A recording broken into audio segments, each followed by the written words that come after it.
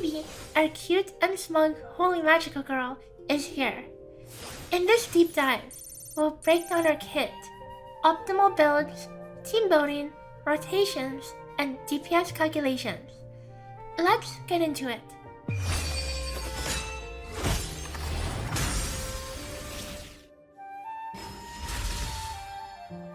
Phoebe has two molds, which dramatically alter her skill effects: Absolution and Confession. A mod is chosen upon holding down either basic attack or skill when her forte meter is full. Doing this also fills up her second forte, Divine Voice. In either mode, doing her 3-part basic attack combo or dodge counter grants access to an empowered heavy attack, which consumes Divine Voice. This gains a huge amount of amplification versus targets with Spectro Frazzle in Absolution mode, and applies 5 stacks of Frazzle in Confession. Phoebe's skill creates a ring of mirrors around an enemy, freezing them. Attacking them from outside of the ring causes enemies to get sucked to the middle, while doing a little bit of extra damage periodically. However, it's better for DPS to attack them from inside, where her basic attacks are empowered. Conveniently, reactivating her skill can teleport her inside the ring, but this teleport is otherwise completely optional.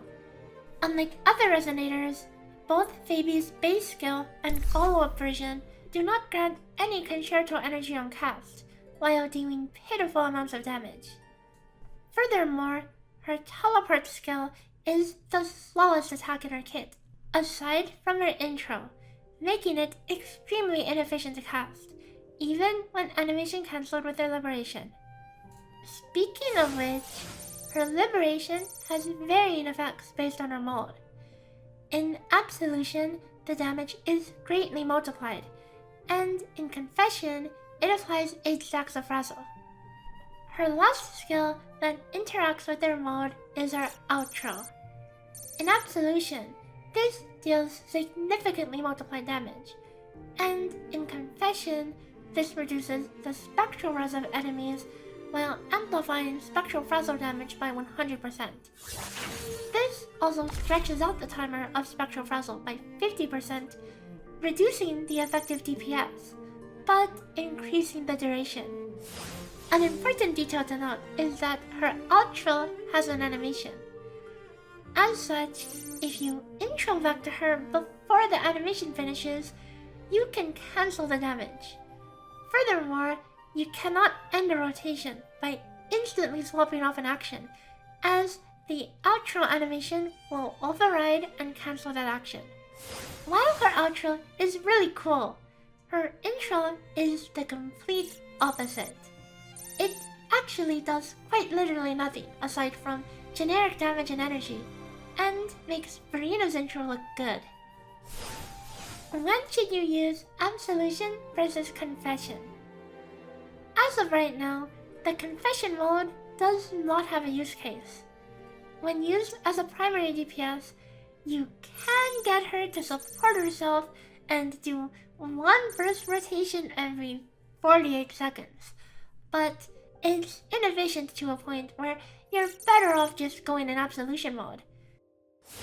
When used as a sub-DPS, you either already have Spectro Rover setting up Frazzle, or you have better options.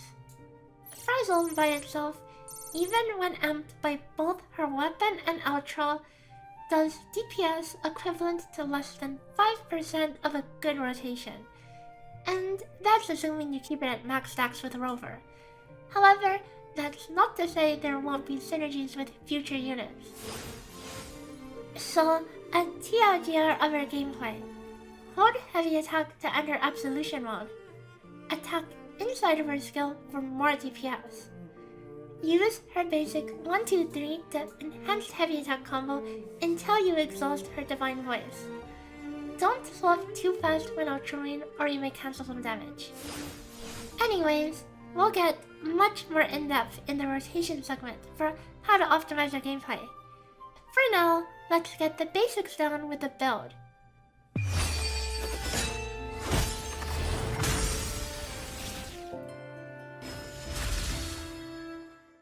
Let's start out with the weapons.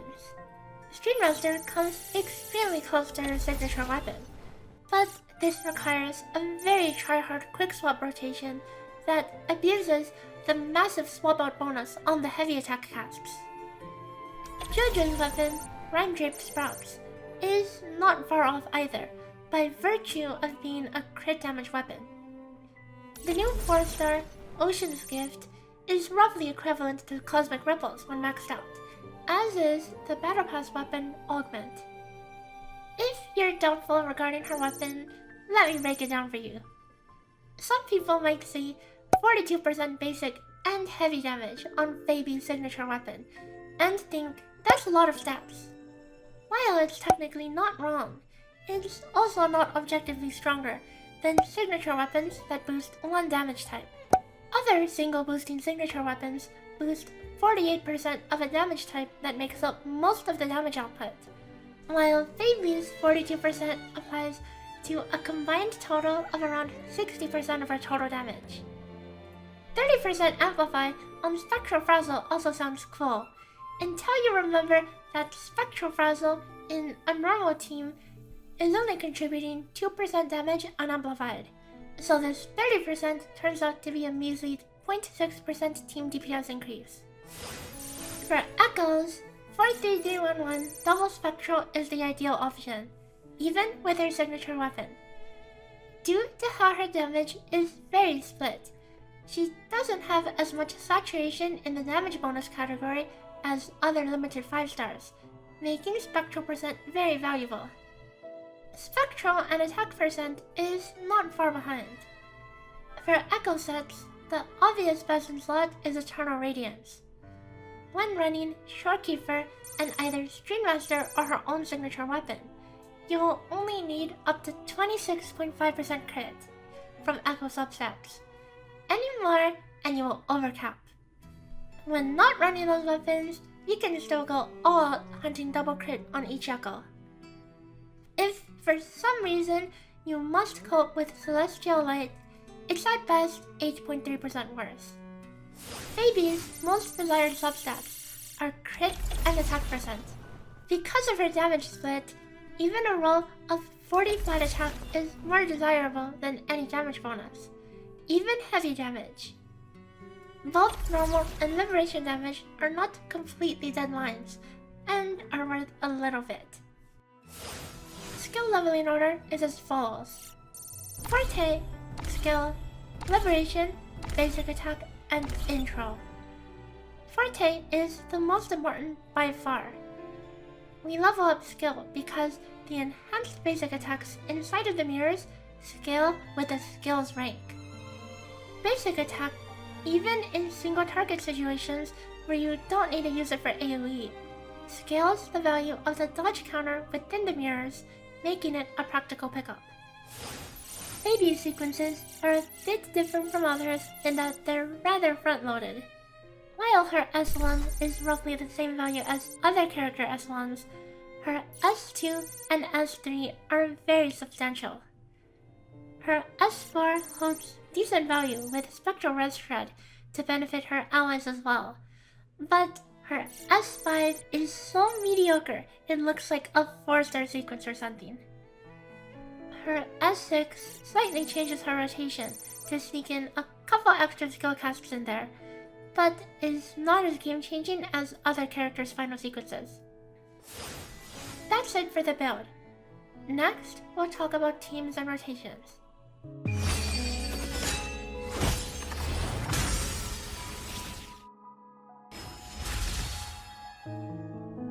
Phoebe can fit in a lot of different teams, but one thing is constant: the need for Spectro Rover.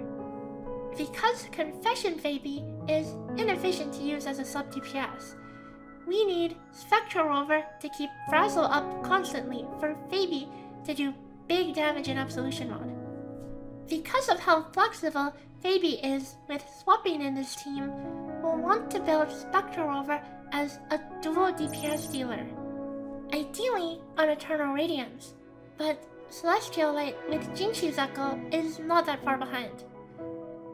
These DPS set options outshine Moonlit Clouds even when using Emerald of Genesis, but Moonlit is a fine option if you want to minimize swaps. Because Spectro Rover has healing built into their base kit, you can run them on Rejuvenating Glow, which is preferred when running supports such as Mortify and Sanhua, or when running another DPS such as Chun-Li. We'll start off examining a team with Shorekeeper and Spectro Rover. In this team, Phoebe only needs 3.6% energy regen. Let's take a look at the rotation. Start out with Shorekeeper's basic 1-2-3. Switch to Rover and do 2 basic attacks followed by 2 heavy attacks.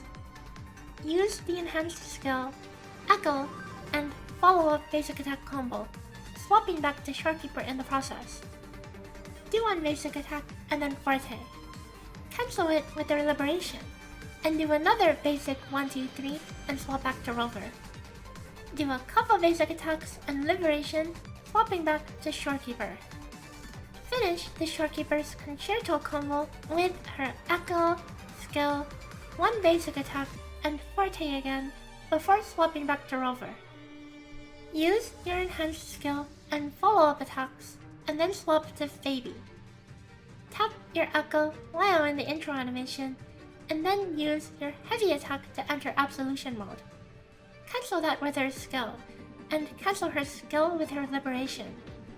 In this upcoming segment, we're going to do the basic 1-2-3 into heavy combo 4 times. While you can camp on Phoebe this entire time, you can squeeze in some extra damage by swapping to Rover on every heavy attack. On every Rover swap, alternate between basic 2-3-4 and then the skill combo of basic 2-3, heavy 2-3, skill, and follow-up 2 attacks. For a full transcript on this rotation, as well as several other teams, please check the DPS calculator, link in the description.